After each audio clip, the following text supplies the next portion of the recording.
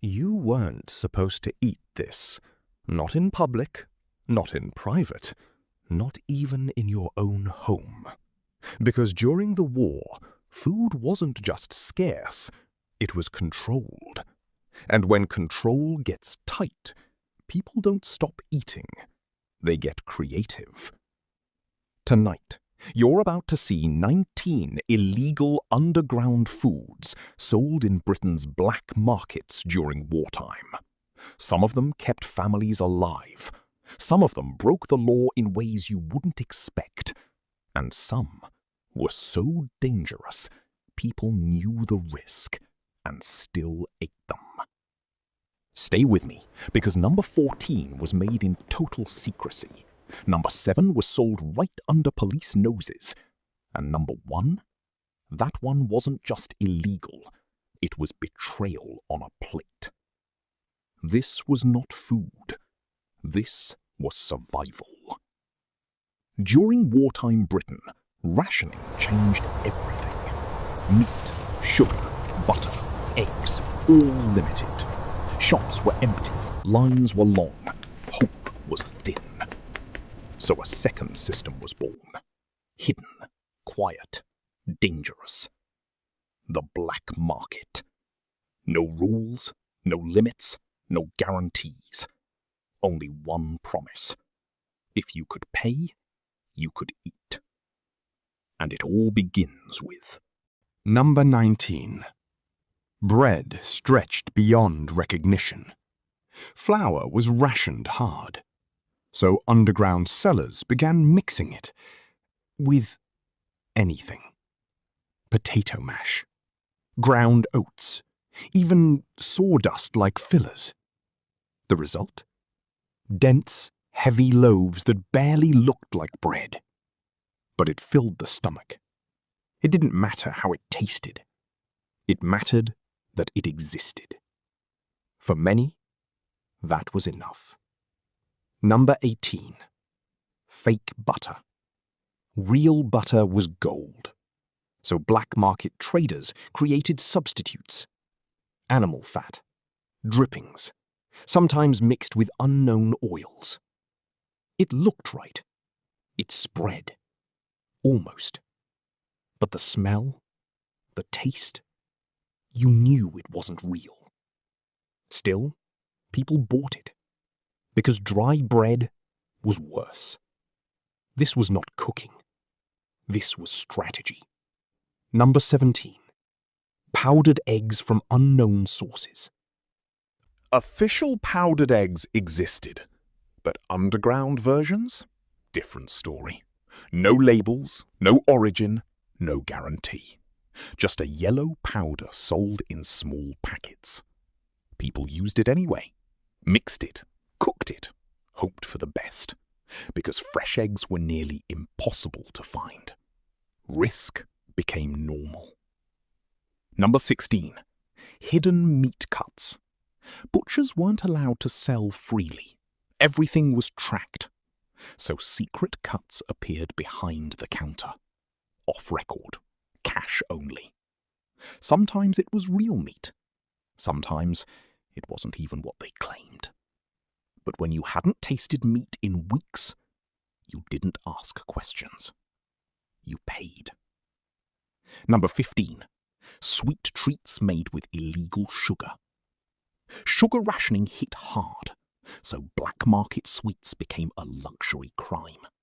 Small candies, homemade jams, sticky desserts, all made using hoarded or stolen sugar. Expensive, rare, irresistible. For a moment, They reminded people of normal life, and that feeling was worth the risk. Number 14. Secret backyard livestock. Raising animals without permission was illegal, but some families did it anyway. Chickens in sheds, rabbits in hidden cages, fed quietly, slaughtered secretly. No records, no inspectors, just survival behind closed doors. If caught, penalties were severe, but hunger was worse. Here's what no one tells you. The black market wasn't just about greed. It was about fear. The fear of not having enough food. The fear of watching your family go hungry. And that fear pushed ordinary people into illegal choices. Number 13. Black market cheese. Cheese was rationed tightly, so underground sellers brought in unregulated versions, sometimes smuggled, sometimes homemade in unsafe conditions. Mouldy edges, strange textures. But still, it was cheese, and for many, that alone made it priceless. Number 12. Illicit tea blends. Tea was a British lifeline, so when supplies dropped, substitutes appeared. Dried leaves, herbs, unknown blends, sold quietly in markets and alleys. It didn't taste the same, but it felt the same, and sometimes feeling was enough. Number 11. Underground fish sales. Fishing was controlled, distribution restricted. But secretly, fishermen sold extra catch off record.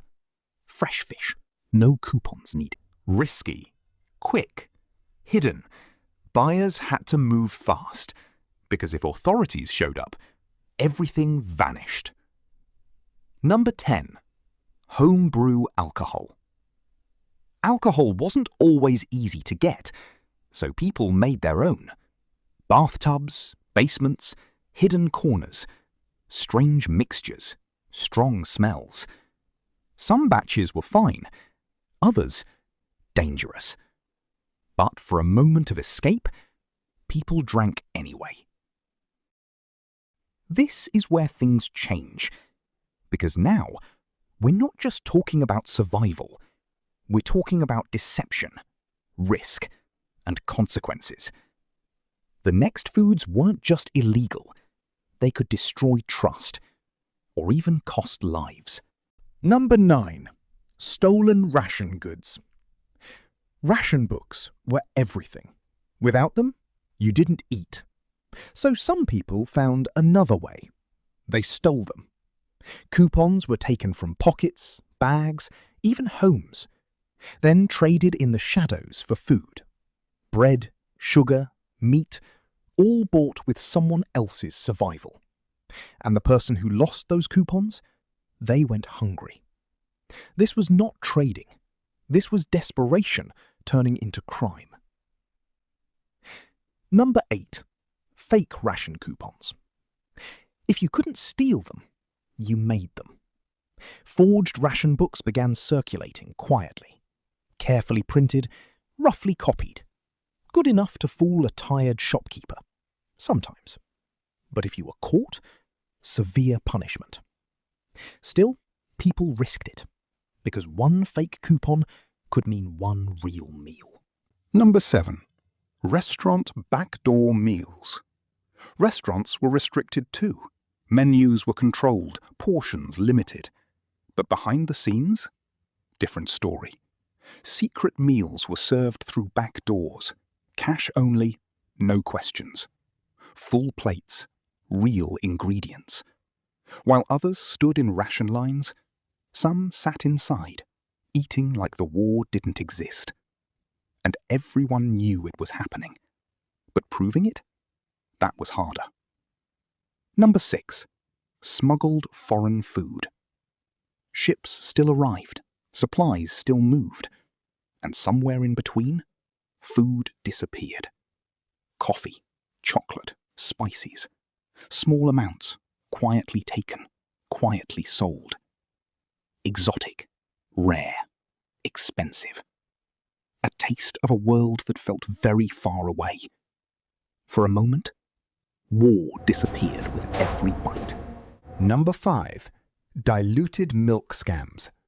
Milk was essential, especially for children, so black market sellers stretched it. Watered it down, reused containers, mixed batches. It looked fine. It poured fine. But the nutrition?